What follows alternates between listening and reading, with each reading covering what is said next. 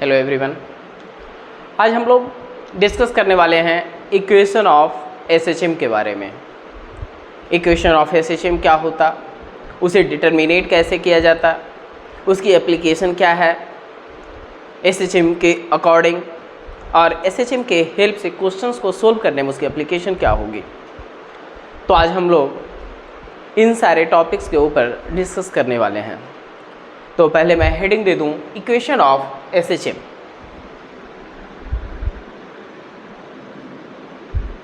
Equation of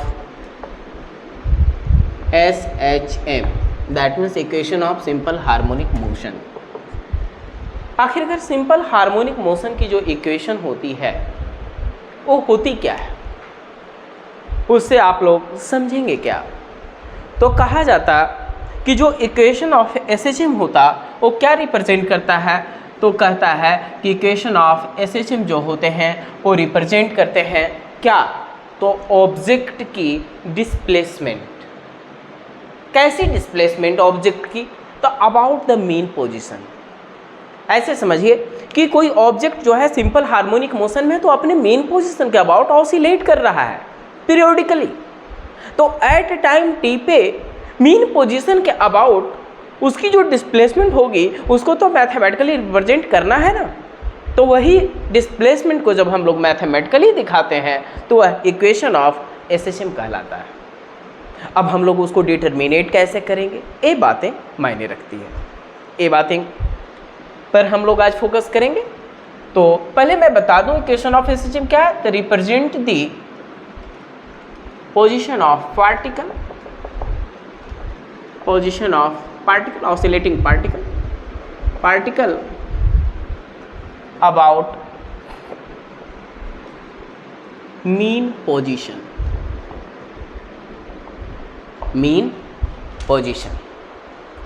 at time t,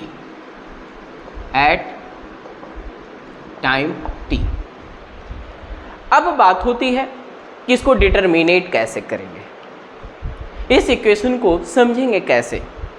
तो हम लोग इसे फेजर डायग्राम के हेल्प से समझने वाले हैं, जिसमें हम लोग सर्कुलर मोशन की थोड़ी सी कॉन्सेप्ट का यूज़ करेंगे। तो बात होती है मेथड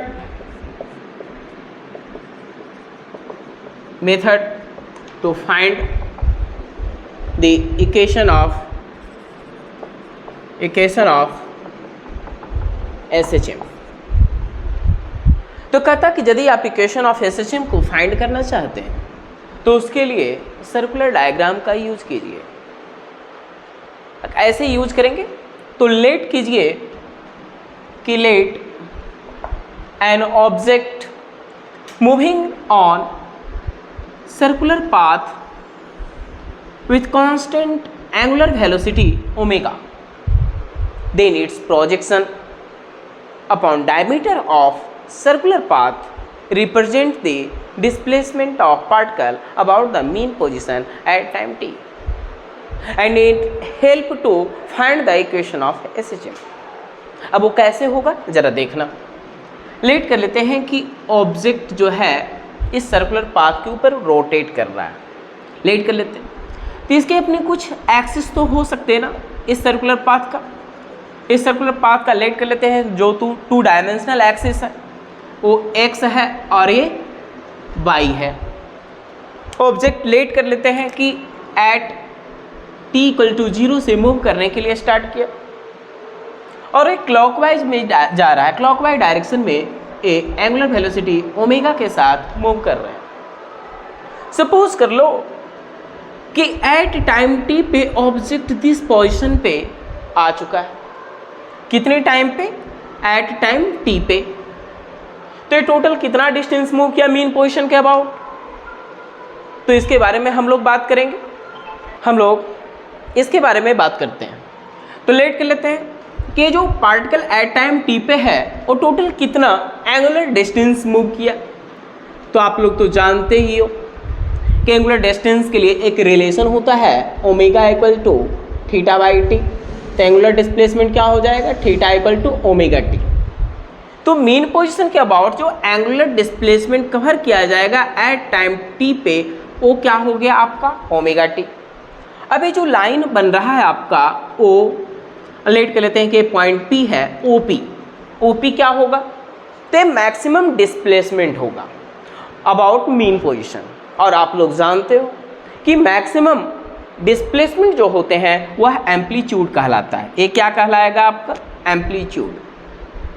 अब आप बताओ किसकी जो प्रोजेक्शन होगी अपॉन एक्स एक्सिस पे वो क्या हो जाएगी एट टाइम टी पे, इसकी प्रोजेक्शन होगी वो क्या कहलाएगा डिस्प्लेसमेंट। कौन सा डायमीटर जो एक्स एक्सिस के लॉन्ग है, तो हम कह सकते हैं कि position of particle about mean position is x, that x represent displacement of particle at time T. अब इस एक्स की वैल्यू क्या होगी, तो उसके लिए आप जरा देखो, हमने रेफरेंस लाइन किसको चूज किया है, बाई एक्सिस को। मूव किधर की ओर कर रहा है, एक्स एक्सिस की तरफ, पॉजिटिव एक्स एक्सिस की तरफ। हमने प्रोजेक्शन को डिटरमिनेट किया एट टाइम टी पे, तो इस प्रोजेक्शन की वैल्यू क्या होगी, तो उसके लिए आप लोग को मालूम है कि इस प्रोजेक्शन की वैल्यू को हम लोग ऐसे डिटरमिनेट कर सकते हैं। लेट कर लेते हैं कि ए आपका एम्पलीट्यूड है और ए एंगल ओमेगा टी है रेफरेंस लाइन से, है ना। अब इसकी प्रोजेक्शन को डिटरमिनेट करना है तो इस प्रोजेक्शन की वैल्यू क्या हो जाएगी, तो आपको मालूम है जिस एक्सिस के साथ एंगल बनाएगा उसके तरफ एक कॉस के फॉर्म में होगा कॉस ओमेगा टी, और इसकी तरफ क्या हो जाएगा साइन ओमेगा टी। ये क्या हो जाएंगे साइन ओमेगा टी। तो हम इसे कह सकते हैं x equal to a sine omega t. तो आप कह सकते हो कि इसकी जो डिस्प्लेसमेंट हो गई एट टाइम टी पे उसका वैल्यू क्या कहलाएगा A sine omega T, that is displacement of particle at time T. यही आपका इक्वेशन है। इसके डेफिनेशन से यदि आप इसे मैच करवाते हैं तो क्लियर तौर पे आप इसे कह सकते this is the representation of equation of SHM. ये आपका इक्वेशन ऑफ एसएचएम हो गया। लेकिन ये कब मालूम हुआ, ये मालूम हुआ कि केस फर्स्ट में कि जब पार्टिकल मीन पोजीशन से स्टार्ट किया था मूव करने के लिए, तो इसके बारे में कह सकते हो if particle start to move from mean position and moving towards positive x axis, ये हो गया। तो इसकी इक्वेशन क्या कहलाई ए साइन ओमेगा टी। अब हम इसके केस 2 की बात करते हैं। इसके इक्वेशन भी डिफरेंट वे में आ सकते हैं। केस 2 में क्या करेंगे, हम लेट कर लेते हैं कि let initial projection of particle upon positive x axis and it moving towards positive extreme position।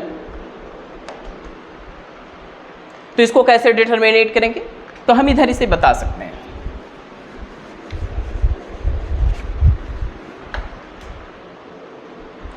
हम इसे इस तरीके से बताएंगे, लेट कर लेते हैं कि ऑब्जेक्ट सर्कुलर पाथ पे रोटेट कर रहे हैं। सर्कुलर पाथ पे जब ये रोटेट कर रहे हैं तो हम कह सकते हैं कि इसकी इनिशियल प्रोजेक्शन दिस है at t equal to 0। Time t पे इसकी जो प्रोजेक्शन हो गई वो क्या हो गई, तो पोजीशन हो गई दिस पोजीशन हो गई। अब इस पोजीशन का नाम रख लेते हैं पॉइंट पी और इसका मीन पोजीशन का नाम रखते हैं ओ, और इसकी इनिशियल एंगुलर पोजीशन जो थी वो क्या था फाई। जब ये एंगुलर वेलोसिटी ओमेगा के साथ रोटेट कर रहा है तो टाइम टी में टोटल कितना एंगुलर डिस्प्लेसमेंट मूव करेगा, तो ओमेगा टी। तो रेफरेंस लाइन के अबाउट टोटल कितना एंगल मूव किया, रेफरेंस लाइन के अबाउट जो टोटल एंगल मूव किया वह है omega T plus phi at time t पे। तो इसकी प्रोजेक्शन क्या हो सकती है, तो इसकी प्रोजेक्शन के बारे में हम लोग बात करेंगे। तो इसकी प्रोजेक्शन को हम कर सकते हैं x है, और टोटल एंगल यदि रेफरेंस लाइन से ओमेगा टी प्लस 5 फॉर्म कर रहा है तो इसके बारे में हम कह सकते हैं कि ओमेगा टी प्लस 5। तो ए जो वैल्यू होगा वो क्या कहलाएगा, A sine omega T plus 5। This is representation of the equation of SHM sine omega T plus 5। ये हो गया। सपोज दैट इसकी initial projection negative X axis की तरफ हो या निगेटिव एक्स एक्सिस के ऊपर हो, और ये मूव करेगा पॉजिटिव एक्स एक्सिस की तरफ, extreme position of x axis की तरफ मूव करेगा। तो वैसे सिचुएशन में इसकी इक्वेशन को कैसे डिटर्मिनेट कर सकते हैं, हम ये भी बता सकते हैं। केस थर्ड में हम उसे बताएंगे। Suppose that case third, if initial projection upon negative x axis and moving towards positive x axis। Let कर लेते हैं कि ए आपका सर्कुलर पाथ है जिसके अबाउट ऑब्जेक्ट मूव करेंगे। इसकी इनिशियल प्रोजेक्शन के बारे में हमने क्या बताया, निगेटिव एक्स एक्सिस है, यानी कि टेकल टू 0 पे इसकी जो पोजीशन होगी वो दिस होगी। लेट कर लेते हैं कि इसकी इनिशियल एंगुलर डिस्प्लेसमेंट या एंगुलर पोजीशन जो है वो फाई है एट टी इक्वल टू 0 पे, और ये फाइनली मूव किधर की ओर कर रहा है, पॉजिटिव एक्स एक्सिस की तरफ मूव कर रहे हैं ओमेगा एंगुलर वेलोसिटी के साथ। लेट कर लेते हैं एट टाइम टी पे ए ऑब्जेक्ट जो है मूविंग ऑब्जेक्ट पॉइंट पी पे पहुंचते हैं टाइम टी पे। मेन पोजीशन के अबाउट इस समय टोटल कितना एंगल बनाएगा, तो उसे चेक करने के लिए मुझे ये देखना होगा कि इनिशियल टाइम और फाइनल टाइम के बीच ये टोटल कितना एंगुलर डिस्प्लेसमेंट कवर अप किया। तब आप जरा देखो, हमने फार्मूला बताया था omega equal to theta by t, theta equal to omega t. तो आप कह सकते हो जो टोटल एंगुलर डिस्प्लेसमेंट मूव किया गया वो कितना मूव किया गया, ओमेगा टी। तो ये जो एंगल बनने वाला है मीन पोजीशन के अबाउट, ये एंगल क्या कहलाएगा, omega t minus 5। The initial time और फाइनल टाइम के बीच का जो टोटल एंगुलर डिस्प्लेसमेंट कवर किया गया ओमेगा टी, और फाइनली रेफरेंस लाइन के साथ जो एंगल का फॉर्मेशन हुआ, रेफरेंस लाइन के साथ एंगल का जो फॉर्मेशन हुआ वह है ओमेगा टी माइनस 5, जिसके कारण से जब आप इसके प्रोजेक्शन को आप देखोगे तो उसकी प्रोजेक्शन क्या होगी, वो रिप्रेजेंट करेगा डिस्प्लेसमेंट अबाउट मेन पोजीशन, और इस x की वैल्यू क्या हो जाएगी। तो प्रोजेक्शन को डिटर्मिनेट करते हो तो एम्पलीट्यूड, इस एम्पलीट्यूड का प्रोजेक्शन क्या हो जाएगा, तो a sign omega t minus 5 है ना। इसकी प्रोजेक्शन को हमने कैसे ड्रॉ किया, तो with the help of this concept.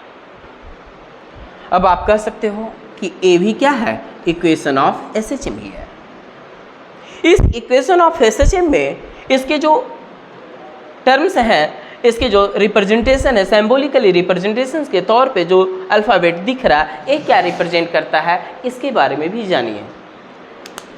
जैसे कि मैं एग्जाम्पल के साथ बताऊं कि ए क्या है रिप्रेजेंटेशन के तौर पे, तो ए के बारे में कहता है एम्पलीट्यूड, और एम्पलीट्यूड क्या होता है, तो maximum displacement of oscillating particle about mean position. Phi क्या है, तो फाई कहता है initial phase, initial phase that means initial angular position about mean position. Omega क्या है, तो ओमेगा के बारे में आप कह सकते हो कि ओमेगा क्या है, एंगुलर फ्रीक्वेंसी, एंगुलर फ्रीक्वेंसी। और ओमेगा टी माइनस प्लस 5 क्या है, तो phase at time t, phase at time t. है ना। ए हो गया आपका इक्वेशन ऑफ एसएचएम से रिलेटेड कॉन्सेप्ट। अब हम थोड़ी इसके इनिशियल फेज के बारे में बात करेंगे। अब वो देखिए, इसे आप लिखिए पहले। अब हम लोग बात करते हैं इनिशियल फेज से रिलेटेड कुछ पॉइंट की। इनिशियल फेज से रिलेटेड कुछ पॉइंट को कैसे डिस्कस करते हैं तो ज़रा देखेंगे। सपोज दैट ए इक्वेशन हो गया आपका A sine omega T plus five. यहाँ पर जो फाइव है, इनिशियल फेज की जो मैं बात कर रहा था, आखिरकार इनिशियल फेज हमेशा एक जैसे तो नहीं हो सकते, इसकी भी अपनी डिफरेंट वैल्यू होती है, डिफरेंट नेचर होती है। इस डिफरेंट वैल्यू डिफरेंट नेचर को हम लोग कैसे समझेंगे? नेचर कहने का मतलब नेगेटिव पॉजिटिव, इसको हम कैसे समझेंगे? तो हम उसके लिए कुछ एग्जाम्पल्स कंसीडर करते हैं। तो हम कह सकते हैं सम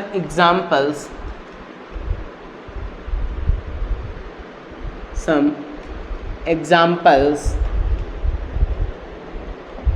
related to the initial phase। अब हम लेट कर लेते हैं कि कोई ऑब्जेक्ट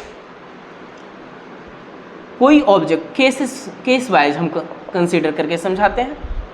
लेट कर लो कि कोई ऑब्जेक्ट है, उसकी इनिशियल प्रोजेक्शन मीन पोजीशन पे है और moving towards positive extreme position. तो आप कह सकते हो if initial projection upon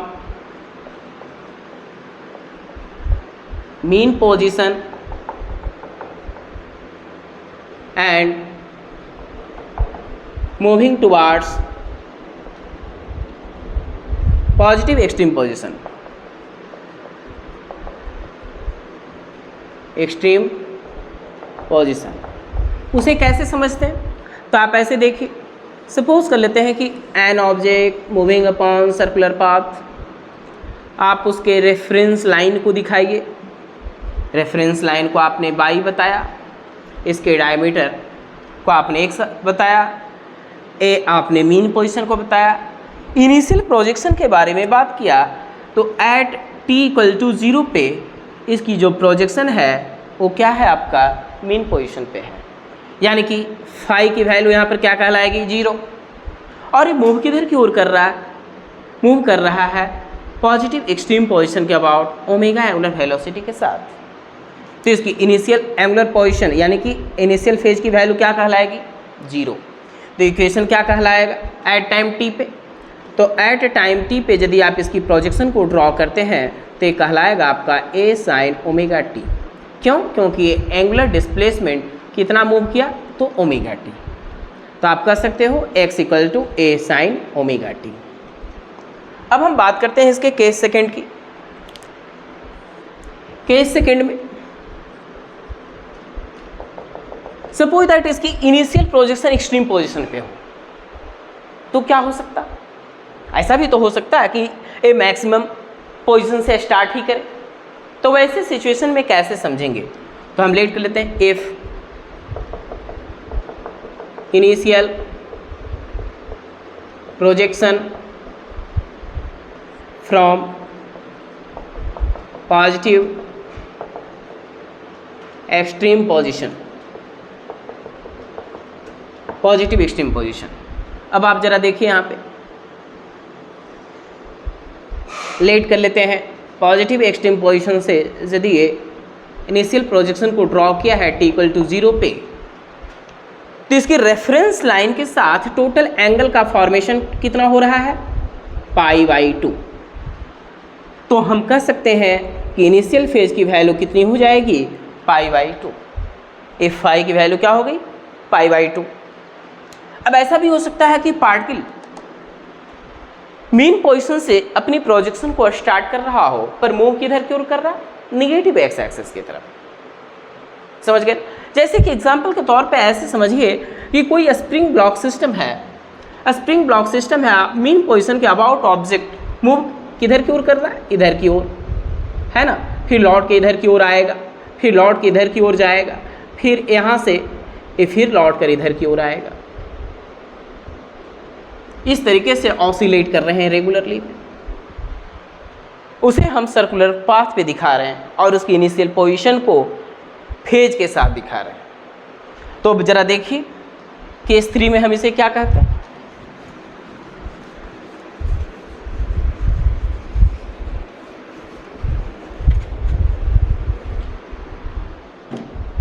case 3,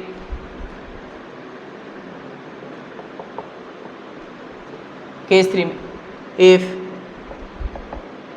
initial projection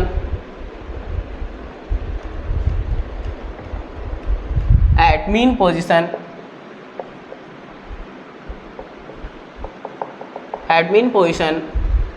and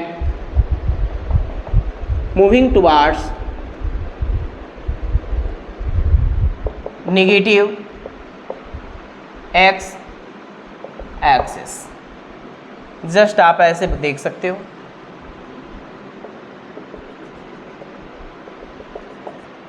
object initially कहाँ पे है, तो दिस पोजीशन पे है, t=0 पे इनिशियल प्रोजेक्शन। तो इसकी रेफरेंस लाइन के साथ टोटल एंगुलर डिस्प्लेसमेंट कितना हो जाएगा, तो पाई। तो फाई की वैल्यू को हम लोग क्या बोलेंगे, पाई। क्यों, क्योंकि ऑब्जेक्ट इधर की ओर रोटेट मूव करेंगे। तो इनिशियल फेज क्या हो गया, पाई। अब मैं बात करता हूँ इसके फोर्थ, केस 4 की मैं बात कर लूँ। ऐसा भी हो सकता कि नेगेटिव एक्सट्रीम पोजीशन पे इसकी इनिशियल प्रोजेक्शन है और पॉजिटिव एक्स एक्सिस की तरफ वो मूव करना चाह रहा हो, तो उसकी इनिशियल फेज कितनी कंसीडर करेंगे। तो हम ऐसा कर सकते हैं, if initial projection upon negative extreme position and moving towards positive x axis, just आप ऐसे देख सकते हैं। अब लेट कीजिए कि t=0 पे पार्टिकल कहाँ पे है, दिस पोजीशन पे है। t=0 पे पार्टिकल दिस पोजीशन पे है, तो इसकी इनिशियल एंगुलर डिस्प्लेसमेंट कितना हो जाएगा, 3π/2, और यदि हम इसे क्लॉकवाइज में लिए तो -π/2। तो फेज को हम क्या बता सकते हैं, 3π/2 और φ=−π/2। यहाँ पे भी बता सकते हो φ=π और -π। यहाँ पे भी बता सकते हो φ=π/2 और φ यदि हम इसे एंटी क्लॉकवाइज डायरेक्शन में हम इसे रेफरेंस लाइन से एंगल को तो मेजर जरूर किए हैं, लेकिन यदि मैं इस डायरेक्शन से इसको मेजर करके बताऊं तो -3π/2 भी बता सकते हैं। ठीक है, तो इस तरीके से इसकी इनिशियल फेज को समझते हैं। तो अब हम इन फेज का यूज करते हुए इक्वेशन को दिखाएंगे। इक्वेशन क्या होगा, तो आप कह सकते हो, सपोज दैट इसके इक्वेशन को मैं लिखूं तो x = a sin ωt plus phi लिखेंगे। तो हम इसे कह सकते हैं a sin ωt plus phi की वैल्यू क्या है, π/2। तो हम कह सकते हैं sin π/2 plus theta, that means ωt। Theta की जगह पे क्या है यहाँ पे, ωt।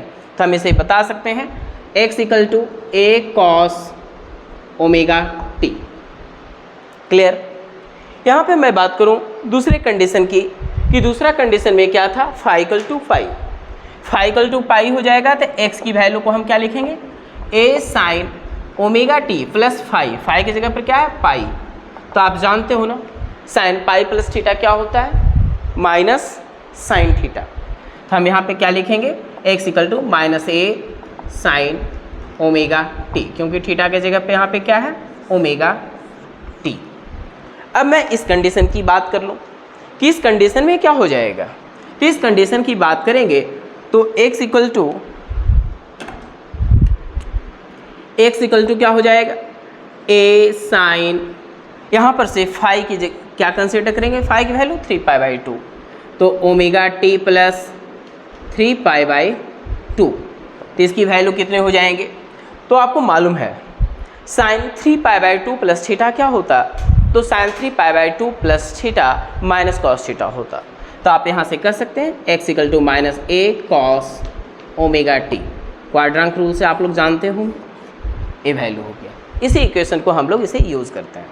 अब हम इन इक्वेशंस के बाद डिस्कस करेंगे कि एसएचएम में कोई ऑब्जेक्ट है तो उस ऑब्जेक्ट की वेलोसिटी क्या होगी, एक्सेलरेशन क्या होगी, और उस ऑब्जेक्ट के ऊपर फोर्स कितना एक्सपीरियंस हो सकता है, इस इक्वेशन का यूज करते हुए। और उसके साथ ही साथ हम लोग ये भी देखेंगे कि कोई भी इक्वेशंस को हम लोग कैसे समझेंगे कि वह एसएचएम की इक्वेशन है, उसको हम लोग वैलिडेट करेंगे। तो हम इसे मिटाकर बताते हैं कि दूसरा क्या हो सकता है। अब हम लोग इससे रिलेटेड पहले क्वेश्चन कर लेते हैं। क्वेश्चंस क्या होगा,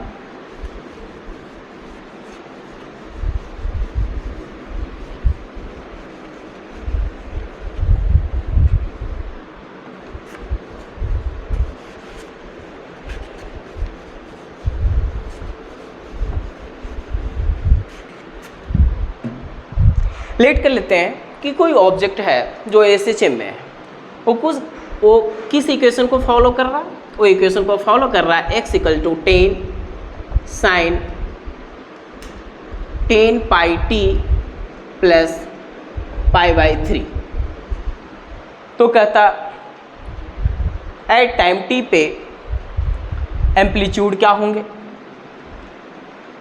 इस तरीके से एम्पलीट्यूड क्या होगा,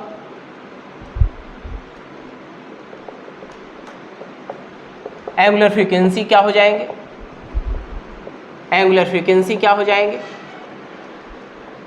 एंगुलर फ्रीक्वेंसी, इनिशियल फेज क्या हो जाएंगे, इनिशियल फेज क्या हो जाएंगे, एट टाइम t पे, that means phase at time t क्या होगा। अब आप जरा देखिए इस इक्वेशंस को कि x = क्या है 10 sin 10πt प्लस π/3। यहाँ पर से सॉल्यूशन में आप जब देखते हो तो आपका इक्वेशन क्या है 10 sin 10πt प्लस π/3। और आप जनरल इक्वेशन क्या जानते हो, इक्वेशन एसएचएम का, we know x = a sin ω t plus phi. तो हम इन दोनों इक्वेशन को कंपेयर करते हैं एक दूसरे के साथ। कंपेयर करने के बाद हमें क्या दिखता है, यहाँ पर इसकी यूनिट मीटर में है, तो यहाँ पर से दिखता है आपका a = क्या है 10, तो एम्पलीट्यूड क्या हो जाएगा, एम्पलीट्यूड 10 मीटर। अब इसका फेज एट टाइम t पे क्या है, फेज एट टाइम t पे आप कंपेयर कर रहे हो तो ω t प्लस फाई, यहाँ पर 10πt plus π/3, that means phi compare करके बता रहा है कि फाई एक दूसरे के साथ यदि कंपेयर करते हैं तो फाई की वैल्यू क्या है π/3। ओमेगा टी की बात करते हैं तो ओमेगा टी = क्या है 10πt, तो ओमेगा की वैल्यू क्या हो जाएगी, ओमेगा की वैल्यू को आप कर सकते हो 10π रेडियन पर सेकेंड, है ना। एट टाइम t पे इसकी फेज क्या हो जाएगी, तो एट टाइम t पे, एट टाइम t पे फेज की वैल्यू कितनी हो जाएगी, तो फेज के लिए बताया थे ना एट टाइम t पे टोटल को बोलते हैं, तो 10πt प्लस π/3 टोटल एंगल को बोलते हैं एट टाइम t पे। तो फेज क्या हो गया eight time t 10πt plus π/3। इसके बाद सपोज दैट इसका लीनियर फ्रीक्वेंसी की बात किया जाता तो क्या होता, हालांकि इसमें पूछा तो नहीं गया पर आप देख सकते हो linear frequency, linear frequency, linear frequency, तो आप जानते हो ना कि ओमेगा की वैल्यू क्या होती है 2π/t = 2π nu, that means linear frequency. तो आप कह सकते हो कि 2π न्यू = ओमेगा की वैल्यू कितनी है 10π, पाई से पाई कैंसिल आउट हो जाएगा, न्यू की वैल्यू क्या हो जाएगी 5 हर्ट्ज। अब मैं टाइम पीरियड की बात करूं तो टाइम पीरियड और लीनियर फ्रीक्वेंसी के बीच की रिलेशन क्या होती है, रेसिप्रोकल का, तो 1/न्यू that means 1/5 = 0.2 second, time period = क्या हो जाएगा 0.2 सेकेंड। ये इससे रिलेटेड कुछ बेसिक से एग्जाम्पल थे। इससे रिलेटेड और कई सारे एग्जाम्पल्स हो सकते हैं, पर मैं इसके बारे में पहले बता दूं। एसएचएम की जनरल इक्वेशन की क्राइटेरिया क्या होती है, कैसे समझेंगे कि कोई भी इक्वेशन एसएचएम का ही जनरल इक्वेशन है, उसके लिए कंडीशन क्या होता है उसको जानते हैं। लेकिन उसके जानने के पहले आपको लीनियर वेलोसिटी, एक्सेलरेशन आपको जानना होगा। तो हम इसके हेल्प से पहले उन दोनों को समझते हैं, फिर इसके कंडीशन को समझेंगे कि कैसे किसी इक्वेशन को समझेंगे कि वो सेटिस्फाई कर रहा है या नहीं कर रहा किसी पार्टिकुलर इक्वेशन को। जैसे कि पार्टिकुलर इक्वेशन एसएचएम के तौर पे सेटिस्फाई हो रहा है या नहीं। तो अब हम लोग बात करते हैं इक्वेशन ऑफ एसएचएम के बाद वेलोसिटी को कि किस तरीके से लीनियर वेलोसिटी को डिटर्मिनेट किया जा सकता है, एक्सेलरेशन को डिटर्मिनेट किया जा सकता है ना। तो उसे हम इस इक्वेशन का यूज़ करते हुए लीनियर वेलोसिटी और एक्सेलरेशन को डिटर्मिनेट